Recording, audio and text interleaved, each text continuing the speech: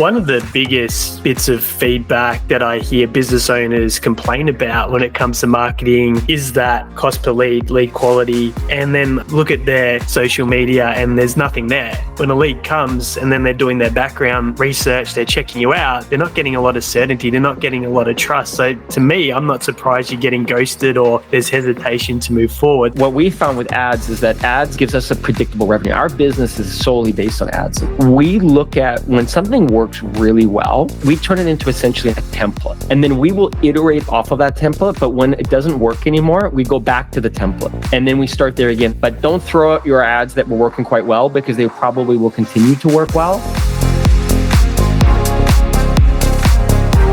Stephen, welcome to the podcast. Oh, thank you so much. I'm very, very happy to be here. Amazing. And I'm really excited to have you here. Do you want to start by sharing a little bit about your background and what you do? Sure.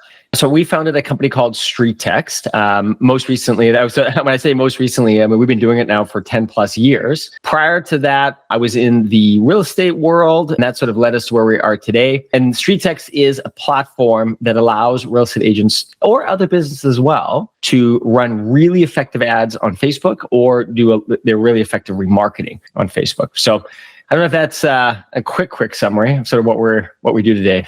Yeah, absolutely. And what sort of led you down that path and to pursue that business? So when I first started, I was actually on the real estate development side. And from the real estate development side, I got into residential real estate. I was helping obviously clients sell and buy homes. Back then, way back, it's, for some of your listeners, this is going to sound crazy, but we're talking before smartphones and before everything else. I was working with one of my colleagues and we were leaving a property and she said to me, wouldn't it be cool if you could text a number and get information about that listing across the street so that we didn't have to phone the office or go back to the office to find information about it? Because this was before, even, Zillow or Realtor.com or any of that in terms of like getting that information easily. And so the name StreetText actually came, we started a company in Canada where you could, using a short code, you could text information to a property and then get information sent back. And it could either go to, I remember it's so funny now, either a smartphone or a dumb phone. And we called them dumb phones because they were just, we could only text, no photos, no nothing. So man, things have changed. So that was what we started with. And then in 2014, that product was a nice to have, but it wasn't a must have. And in 2014, that's when Facebook, or 2013 and 2013, they opened up ads in the newsfeed.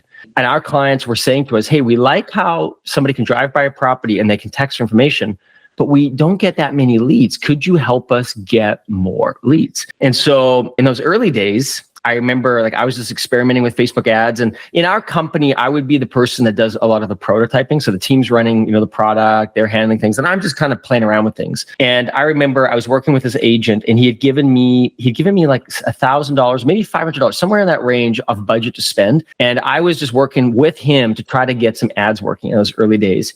And I remember I ran an ad, none of them worked. And it was a Sunday and I went to Starbucks. And I remember I launched this ad, came back to my house. I was doing a reno of our house on the floor and my phone just kept buzzing. And I went and checked it and it was just new lead. And what's crazy is that ad that I actually ran all the way back then in 2014, we still have in our platform today and it still works. It doesn't work the way it did back then. I mean, as you would know too, and Facebook has changed and Meta has changed a lot over the years, but it still works because when you get the right message and the right, the copy, right? The right copy, and it's got the right offer in front of somebody, it continues to work. And so I learned a lot about marketing from that very first ad that we ran. And then that sort of developed the company and the product that we have today. Amazing. And to that point, the fundamentals don't change.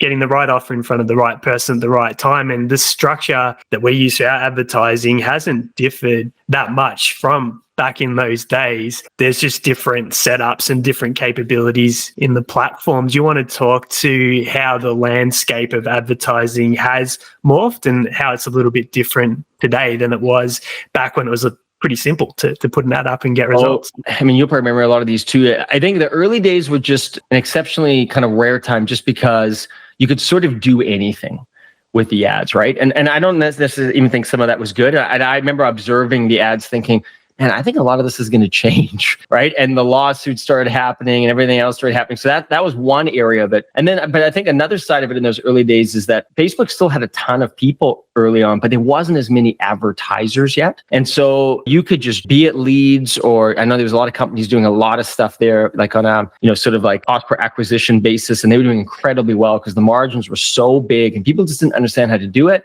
But, it was so cheap to get in front of people. I mean, that's one thing that's changed. It's a little bit more, I would say, maybe mature now in a sense. Like you can still do incredibly well on it, but there's more guardrails and guidelines and it's not as much Wild West. On that note, the biggest upset we had that I knew was going to be big, but I didn't know how big it was. I don't know how you felt it. When Apple did its big iOS update, that really, really impacted our business and our clients. And that was a kind of like an all hands on deck. I think a lot of people were affected, but that almost could have wiped us out. And so we were able, our team, we did incredibly well. We were able to adapt with that, but that was probably the trickiest one we had to navigate. But then we were able to continue going forward. And I would say it's much better than it was after that change. So Meta's also worked quite well on their part to get better attribution as well. I don't know. What are your thoughts on that? Did you go through that time yourself? Oh, definitely. And it's interesting because when it happens, you're sitting there and you don't know how it's going to pan out. And then you see it take impact on campaigns and things that had worked and retargeting strategies where you had the data and information. All of a sudden there's bedlam because what you did and what you could rely on, all of a sudden there's uncertainty. So we certainly felt the pinch when those changes came in, and a bit like you, scrambling and leaning on people to work out the way around it. So yeah, it definitely had an impact, but I feel like everything's settled, and again, it's a really powerful time to be advertising, certainly if you know how to go about it, which is why I'm really excited to go down this next path with you, because people that tune into the Content Marketing Podcast are creating content. And when people are starting out, they may not have an audience, they may not have followers. So when they're in that boat, what's one way that they can get their content seen and not just rely on that organic reach? That's what I love about ads in general, because when you're going to all the work to creating content, I'm sure you've heard a lot of times too, people can get a bit frustrated. They put a lot of effort in the content and then it isn't seen, or it doesn't get that initial reach, right? And maybe especially when you're starting, your organic reach is probably pretty low.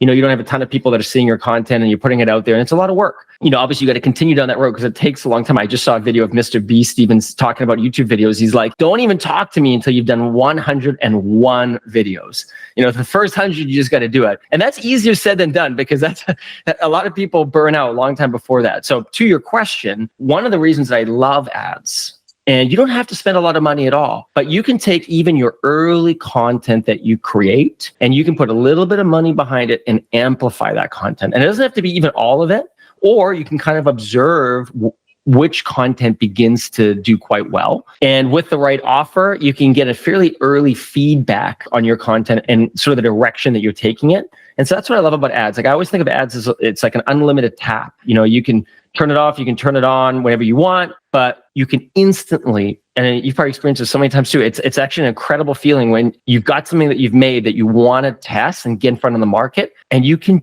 do that. You can just put a bit of money behind it, find the right people, turn it on, and then all of a sudden people are now interacting with your content, and you can learn a lot even in that short window. So I don't know if that answers your question initially, maybe because we can get into the how to do that, I guess.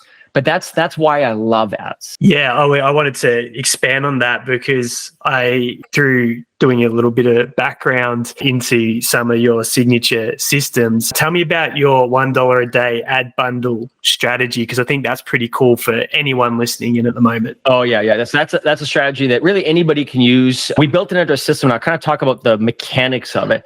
So what we do is, we work with a lot of obviously real estate agents, and those that do create content, or if they want to use our content, a lot of them want to get all of the content that they've created or we've created and get in front of everybody in that one moment, right? And so they're all excited. They put all this content, and maybe they got 15 pieces of content. But what they quickly realize is like, oh man, I'm spending a lot more than I thought I would be. And, and now everybody's kind of seeing the content all over the place, and it's not really necessarily curated, if you will. It's kind of hidden from every angle. So what we created was this ad bundle system where now you could take those same 15 ads and you put them in a sequence, almost like an email sequence. If you think about an email sequence that people would be seeing, and you can schedule them on a number of different things, but an easy one would be time. So say like 1 week apart or 1 day, they're going to rotate every week or every day or every month or whatever you like. So let's just say they're rotating weekly. Then you could just put your $1 a day behind that one ad. And then in a week, it's going to automatically turn off and the other ad is going to turn on. And when it comes to Facebook, again, it depends on what your objective is. But if you're doing remarketing, you can turn ads on and off when you've got a very specific audience you're going after. And especially if you're not looking for conversions out of that content, the content's more, it's about reaching your audience and getting in front of them. That actually works really well. And it's unbelievably effective in terms of how far your money will go with even just $1 or $2 a day. So the win for our clients, or the win in that strategy, and you can set this up in Facebook too, it's a little trickier, or you can use a tool like ours, but you're taking all that content, you're rotating it, you're saving the budget because now you're only got the one ad at a time, and you're essentially running that sequence. So you can bring people through a sequence, and it doesn't have to be that well thought out as a sequence. It could just be on anything, but at the same time, it's nice because it's one's turning off and another one's turning on, and so forth. So that's the ad bundle, or the $1 a day ad bundle strategy. I love that. Do you want to speak to how that can then lead into retargeting,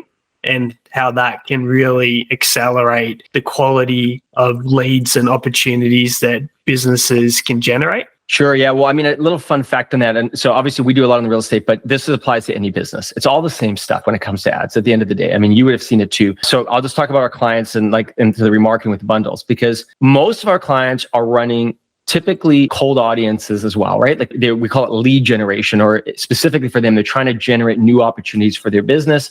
And they're running ads that are typically going after people they've never met before, or those people have no idea who that realtor is, right? Or that agent is. But the leads are coming in, and now the agent is essentially expected to nurture them in some capacity, to reach out in some capacity, or let the system reach out in some capacity. But the easiest way to build that relationship, or the easiest way to really nurture the lead effectively, is actually that ad bundle or the remarketing. And so all of our agents that turn on the remarketing part of the system, they're now taking content, typically video content, or it could just be PDFs or just helpful resources or things that would be, a seller or buyer would be interested in.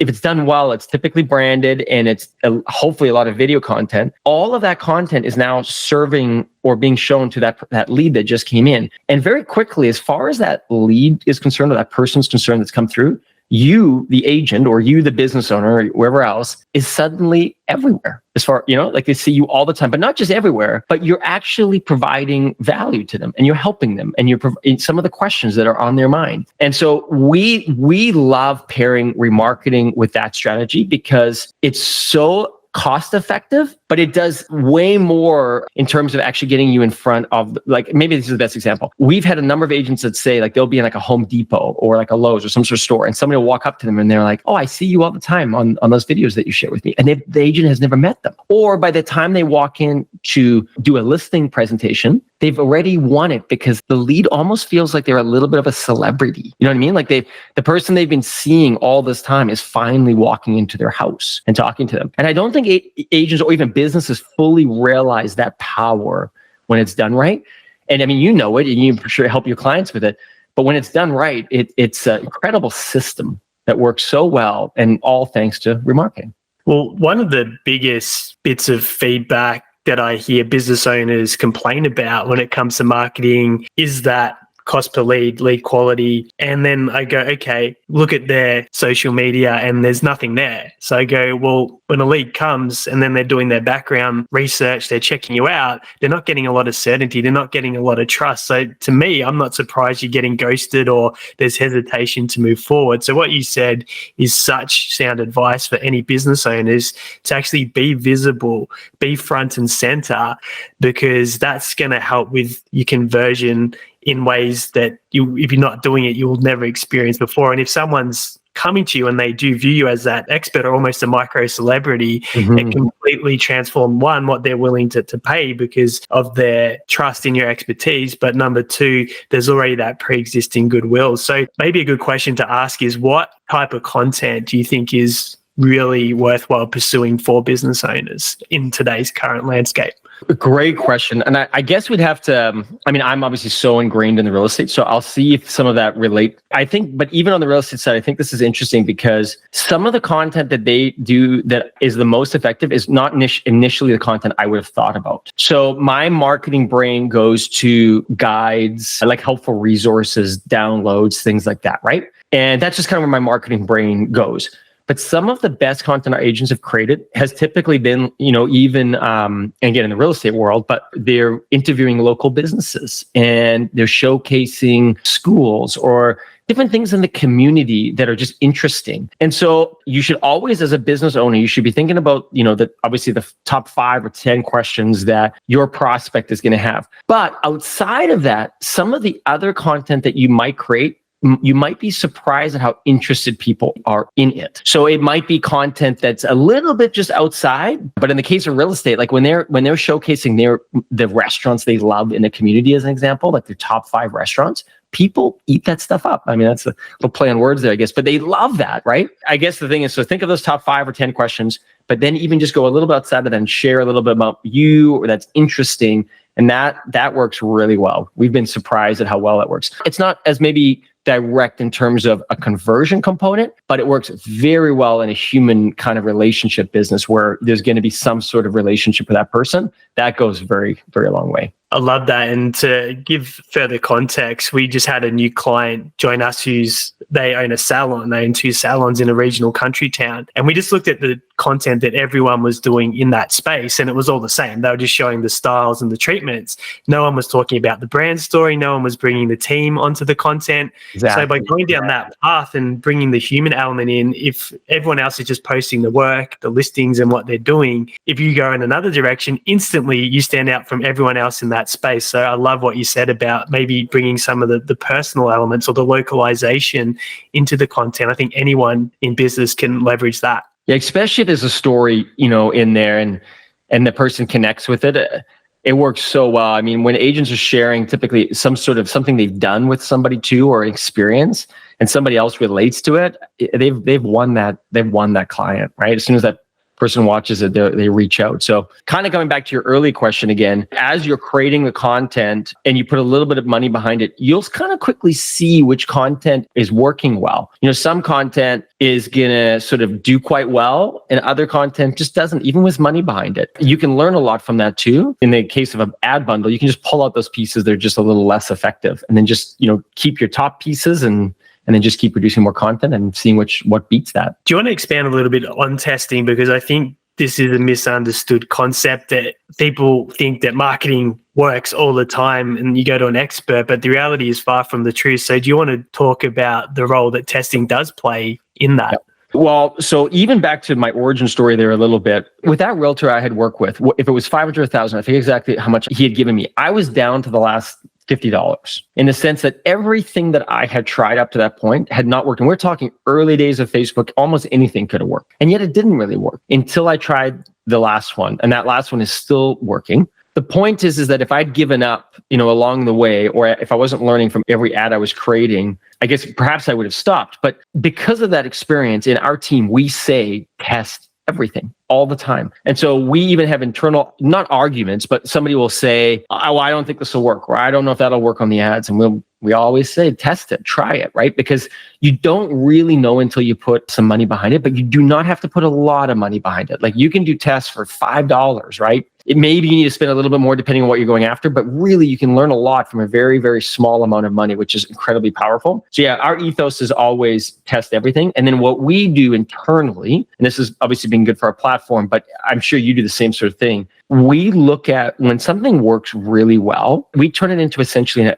template. And then we will iterate off of that template. But when it doesn't work anymore, we go back to the template. And then we start there again. Because what we found with ads is that ads gives us a predictable revenue. Our business is solely based on ads as well. And so we have this predictable revenue stream. We can generate new business that goes to the sales team and it turns into this revenue machine. But if the ads stop performing or we go too far off, everything starts to slow down. But then we can always go back to the templates and iterate. So we have like a meet or beat mentality in the team. So it's like we always want to try to beat the statistics or the performance, but at least meet it. And if we're losing it, then we go back. So I don't know if that's good advice for your listeners, but don't throw out your ads that were working quite well because they probably will continue to work well. And then you can just try to iterate off of them. And if someone's just starting out or they're just dipping their toe into advertising or they're not sure what the first step is, do you want to speak to what you would recommend to someone that really doesn't know much about it, but give them something where they could start getting on the field with ads? I mean, I would say talk to someone like Aaron. So what we've been doing a lot of, and hopefully you can help connect the dots here, Aaron. What I've been doing a lot of lately is I've been feeding everything, all of our business in some capacity into, I guess, large language models or AI, right? And then I'm creating questions and different things and filtering, and then I'm pulling certain elements out of that when I'm creating ads. And so I guess the thing is like, I'm treating myself a little bit like an agency when I run ads. And I guess if you've never run an ad before ever, you almost need to put that agency hat on and ask yourself all the questions like, what would somebody be interested in my business if they've never, ever found us before, or they know nothing about us, or whatever else would it be, and kind of put that agency hat on, and then I guess start there. Maybe you can help connect the dots on that. No, I think it's stepping back. For me, it's always been having that clear hook. So if you go back to square one, and again, you got to test it, right? So what are a few variations of the problem that you solve or the outcome that you deliver? And once you get a hook that works, you know that you can run with that into the future. So that's always been square one and not making it too complex. But I did want to go down the rabbit hole on something you just touched on, which is AI. So how are you integrating and using AI in what you do at the moment? Yeah, and you're so right on the hooks. And I think that's why, the ad templates that we've always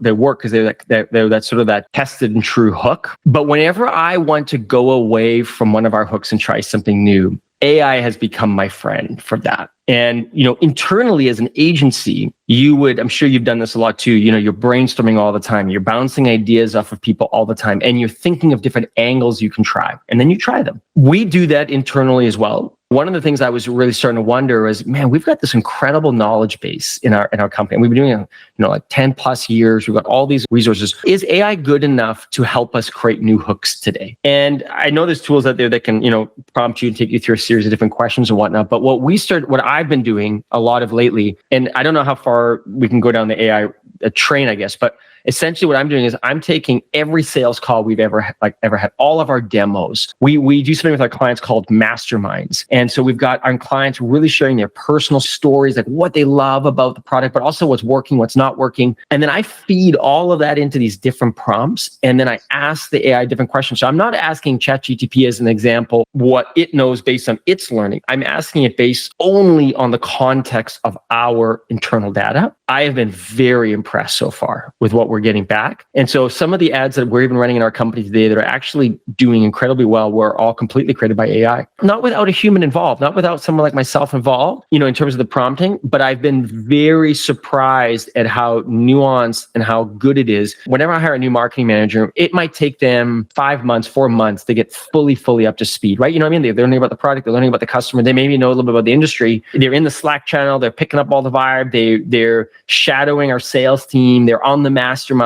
Obviously, because we're hiring them as a marketer, like they got sort of like an IQ for it, and they start writing some ads. But the AI can get there. It didn't take me a day to put it together. I mean, it's been taking me weeks and months of project to really build that out. But now when I query it, it's unbelievably good. It's like I have this incredible marketer sitting right beside me as AI. So we can keep going down that. I'd be happy to share more about what we do on that. But I've been very impressed at what it's doing for us.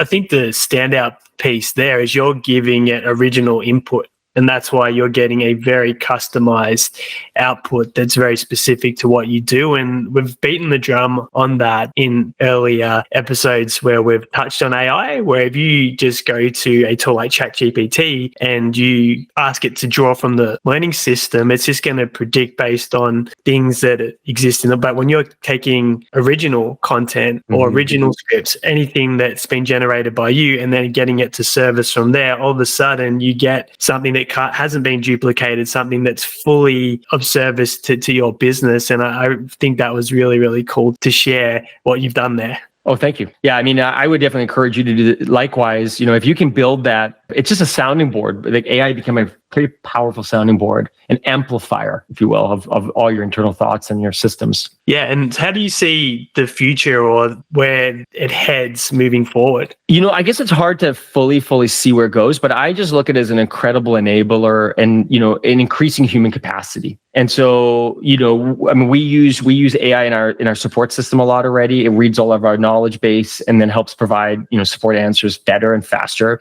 So there's definitely a speed there. I mean, as our support scales, you don't need as much human power because the AI is stepping in. So that's one obviously very obvious use case, but it's working quite well. Obviously on the marketing side, it's doing really well too. So what I'm obsessed with, I guess what I think a lot about is just workflows. What's a workflow that's happening in our company today or in our business today that perhaps AI could have a part in? It doesn't need to fully take over by any means, but where can it assist in that workflow? I mean, I don't know exactly where it's all going, but I'm more of like your 2 to 5 year guy. Like my brother in the company, he's more of like your 10 to 15 year guy. I look just as far out, but when I see it, I go, this is incredible. You can integrate this into so many areas of the business and help give some people on our team 10% efficiency, some people 50% efficiency, some people like 100% capacity efficiency. So that's what gets me really excited about AI today. I love that. And what are the mistakes that you're seeing people make when it comes to the technology? Yeah, mistakes with ads. I guess the common one is that if you've never run any ads before, it's hard without a community sometimes or a sounding board to know what's good and what's not good. And also we see, again, in the real estate world, we'll see some agents that'll come, they'll get a few leads and they'll say, oh, this is no good. There's a gap. They're essentially imagining they're meeting somebody for the first time and they're proposing to them essentially, but they don't even know that person yet. And so I would say one of the mistakes in an ad is remember it's a different channel. It's different than somebody walking into your business, and it's different than somebody calling your business. It's different than somebody being referred to your business. And it's a different channel. And so it requires once you start running ads, that's part of the excitement of like, oh, this is working, that part's working, but it's a different channel. So, see it through and how it ties into your business, because it can be an unbelievable, like we do, a predictable revenue stream. So I think the mistake is sometimes people I don't think they either give up on it too soon or they misunderstand it a little bit, or it's like the diamond in the rough. They're not quite seeing how it fits into their business yet. So that's the most common mistake. And then once people realize that and see that, or some see it right away, it becomes a very exciting growth channel. I mean, there's a reason that so many big companies, it's performance marketing for them, right? Like ad channels are a big source of revenue. On the AI mistakes, I think AI is pretty exciting, but one of the mistakes is relying solely on like a ChatGPT and not realizing that the answers it's giving you are pretty broad and all over the place. So sometimes I think where people get frustrated is like, oh, it worked really great today, but this time it didn't work so great. But I think there's going to be a lot more around where companies are going to come in and help you close that knowledge gap, and provide a lot of your own data. Yeah, once that's in place, I think, you don't go as wrong on that side. Yeah, amazing, mate. I wanted to give you a chance to talk about StreetText and to talk about the way that you work with clients and how you assist their businesses, because one of the concepts that's been really big in the business communities that I'm involved in is that who, not how. And you don't have to know how to do everything. You can delegate it and get help and leverage and bring resources into your team. So do you want to talk about StreetText and what you do with your clients? Sure. Yeah, I appreciate it. Thank you, Aaron. We have some experimental stuff because we have a lot of people that reach out to us that are not real estate agents and they want to use the product. They want to try these different elements of it. So if you're somebody that's listening to this and going, I'd actually like to try those ad bundles, or I want to experiment a little bit with the remarketing. If you reach out to me, we have some options that are not real estate related. It's a totally different structure. So if you are interested, you can always reach out. When clients come to work with us on the real estate side, we have all these proven templates. So it's very, very simple. They can come in and they can see what's working. One of the things that made us really special, I think, is that when you hover over one of our ads, you actually see how many agents have launched the ad. You see the aggregated data on that. So you can see the aggregated like cost per click, cost per lead, which is pretty powerful. Because what's amazing is like, some of these ads have got millions and millions and millions of dollars behind it. And when you look at it and you can see that, it's still producing like a $4 lead or a $5 lead, it's probably going to work pretty good for you in your market too. And it also gives you a baseline so that when you're running ads, you can compare against that and sort of see like, where are you? One of the other things that we do in our tool is we've got back to the testing thing. I don't know if you've ever tried this, Aaron, but it works so well for us is we have a tool, like an internal we call it like our 3-ad split test, but it's really a split test tool, but it's not an A/B split test. It's actually the exact same content. And we are then creating that same ad, and you would think it's competing with one another. But what we have found in all of our testing, and it depends how large the audience is, but in the real estate world, a lot of agents are restricted in North America where they can't run ads very, very low, like very focused. They have to have like a broad 15-mile radius or, 20-some kilometer radius or whatever it is, right? And so as a result of that, Facebook is essentially in some areas, like, you can think of a big city, there's a lot of people that live in that area. And so what our 3-ad split test does is that for the first 500 impressions or whatever, typically it's about that with Facebook. Facebook is essentially testing different audiences. If it's a fairly broad audience, our clients will run all 3 ads for about a day, and then they'll just pick the winner. And those ads can be varied and different. Like some might be a $12 a lead, some might be a $6, and one might be a $3 lead price, right? And so that's another strategy that is built into our product that we help our customers do. Then we have a whole bunch of custom ads, and all those custom ads come built in with AI and stuff too. So if you don't really know how to create an ad, our system can help you kind of build all that out. But that's largely what we do is we sort of get you out of the ads manager. You don't have to worry or hassle with any of that. It's nice and simple. You can deploy the ads really effectively. And then on the back end of that, integrate your database. And we then have all these remarketing ads that'll go out, or the ad bundles that I shared. And it doesn't have to be our content. You can pull in your own content. So a cool thing that's unknown by a lot of people is you could actually use our platform, go and get all of the ads you've ever run in Facebook, or even the posts you've made. You can actually go through all of your Facebook posts or Instagram posts, and the ones that have really high engagement, you click a button and you turn those into ads and then put them in an ad bundle. So yeah, I guess that's a little bit of what we do for our clients behind the scenes in terms of from the product standpoint. And then once the ads are running, it becomes a system. So then what you're doing is our system is looking at like, are they moving off of their course? Because back in the early days in Facebook, you could run an ad for sometimes years. Now the ads lose performance faster. It could be based on a number of things. And sometimes they can still last for quite a while if they've got a lot of engagement. But our system is essentially looking to let you know, like if an ad is losing performance, you can relaunch it or launch something else. So we're then just keeping an eye on how that whole system's working.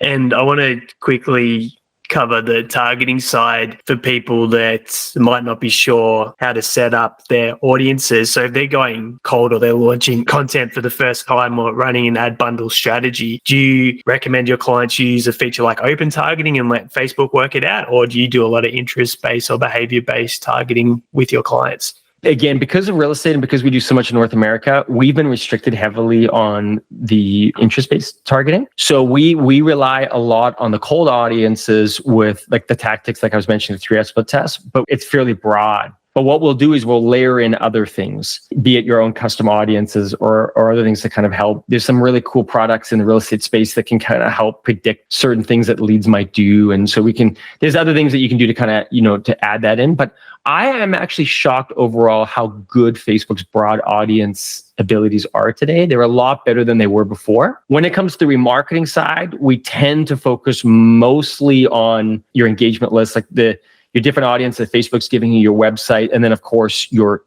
actual database, your custom audiences that you can create. And we don't typically add any other attributes or anything to that. We care more about getting in front of those people, unless you have some lists you don't want to see those ads people to see those ads. When we run our own ads, we'll do some of it, but we still have fairly broad overall. Yeah, I've noticed that Facebook has got very intuitive with knowing who to show the ads to based on your objective with the campaign. And if you look at anyone's ad that's a large company and you click on those three little dots and go, why am I seeing this ad?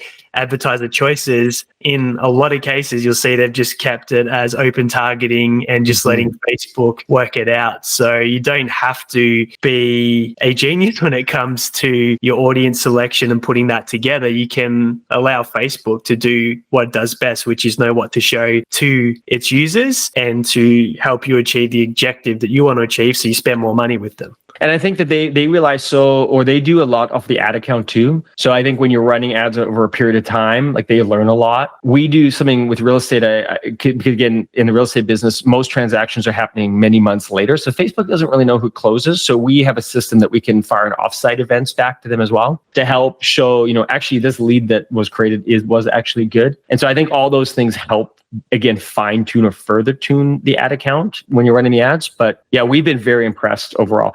If I was to say anything to anybody, back to your earlier question, when you're running ads, what I've noticed is, actually broad audiences work surprisingly well. But if you can niche down, it's a good place to test or start. But smaller budgets, we find smaller daily budgets seem to do better in early tests than bigger budgets. I don't know why, but that's what we've found. It's like a lot of our tests actually perform initially better on smaller budgets, and then you can start to scale them, or you can horizontally scale the ads by creating versions of those ads. But that's worked really well for us. We've always found that bigger budgets tend to start to just cost more overall. I can relate to that too in some of our more recent campaigns that we've run internally in our businesses, when we've gone for larger budgets from day one compared to the smaller budgets. They've actually been worlds apart in terms of performance, which is really interesting to unpack. And I think there's two reasons for that. And that's also why we love the ad bundle, like $1 or $2 a day strategy. People underestimate how well it'll do. But I think there's some part of Facebook that says, hey, they're going after this audience. This is what they're going after. They're willing to spend a lot. We can only show it to this many people today. So I swear, if you're not setting your bid or anything, they just take that right up. And they'll just happily take your money on a larger budget. And most people are not going to set that stuff. Like your average advertiser is going to leave that wide open. And so I just think that Facebook will happily take your money on a larger daily budget. And to share with the listeners, once you do start to build that remarketing and retargeting audience, you're going to get a very low budget opportunity to get some of the most qualified leads. Our retargeting budget is $2 a day, and we get some of our best leads that are very familiar with our offer.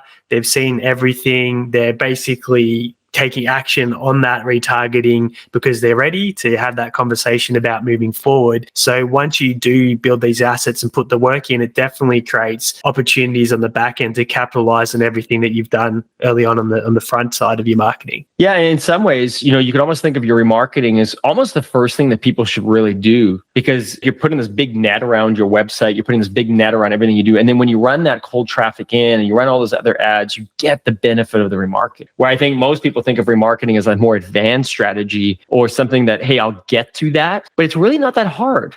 It's really not that hard. And if you don't know how to do it, talk to someone like Aaron, because he'll help get you set up. And to your point, $2 a day, and you're got this net around people that are interacting with your business, and they're checking out your website or they're watching a video, and it's you got to do it. If you're not doing it, you got to be doing it. If you're doing anything online, you've got a website, you've got any social media, to not do it, that's your hottest and warmest prospects, because they've already introduced to your brand, to not be taking advantage of something that's really simple, it's low budget. You've got to just do those things that are really easy to do. And I don't think people realize this either, because I when you've got a list of people, or like you said, these are your warmest people, you can't email them every day, you can't text message them every day, but you can run ads to them every single day. And so I think that's the other power of it, is that's why everybody's going to do it, because you want to be in front of them every single day. And that's the best way to do it. It's the cheapest way, and it's so effective. If you kept emailing them, they'll unsubscribe, but you can get them with the ads. And if you're rotating the ads, then it's always fresh and it's changing, and they're following along, right? Yeah, I agree. And if listeners want to get in touch, maybe learn more about what you do with Street Text or reach out to you personally, what's the best way to do that? Yeah, I mean, if you want to find me, I'm always on Facebook because we do so much there. So Stephen with a PH, Stephen Whiting, so with a PH. And feel free to add me there. I'm also on LinkedIn and Instagram. I use them a little less than the Facebook side. Or you can email me, Stephen@streettext.com. I'd be happy to take your questions. If you are curious about a product, I realize your audience is definitely more on the content side.